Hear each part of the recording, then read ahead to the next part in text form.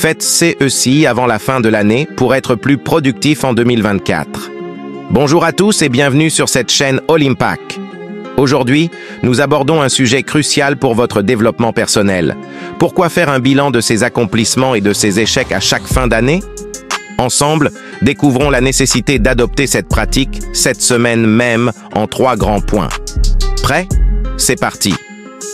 Point 1. Pourquoi est-il important de faire le bilan de ses accomplissements à la fin de l'année? Depuis toujours, il a été crucial de faire un bilan de ses réussites. Mais n'empêche que vous vous demandez aujourd'hui encore, pourquoi se donner une telle habitude? Alors voici les vraies raisons. Prendre le temps de reconnaître vos accomplissements vous permettra de célébrer vos victoires. Cela peut également renforcer votre confiance en vous, alimenter votre motivation et vous rappeler que vous êtes capable de grandes choses, et même bien plus que vous n'auriez imaginé.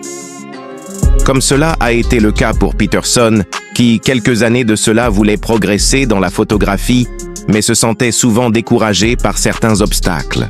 Et puis, un jour, il allait décider de s'engager sérieusement dans l'apprentissage de celui-ci et de consacrer du temps nécessaire à son développement personnel. Point 2. Pourquoi il est bon de se faire des reproches? Maintenant, penchons-nous sur la partie parfois difficile, se faire des reproches pour des choses que nous avons négligées. Cette pratique n'est pas pour se condamner, mais plutôt pour apprendre. Parce que c'est en identifiant vos erreurs que vous vous permettrez de comprendre où vous devrez vous améliorer pour éviter les mêmes obstacles. Parce qu'à un moment, je m'étais retrouvé dans une situation où ma négligence avait des conséquences inattendues. Je prenais l'habitude de négliger la gestion de mes finances personnelles sous prétexte que tout était sous contrôle, jusqu'à ce qu'un jour, j'allais réaliser que je n'avais pas suivi mes dépenses aussi attentivement que je l'aurais dû. Cette négligence a eu un impact important sur ma situation financière, ce qui m'a créé du stress et des difficultés financières inattendues. C'est alors une expérience qui m'a appris à quel point la négligence, même dans les petites choses, peut avoir un impact majeur sur nos vies.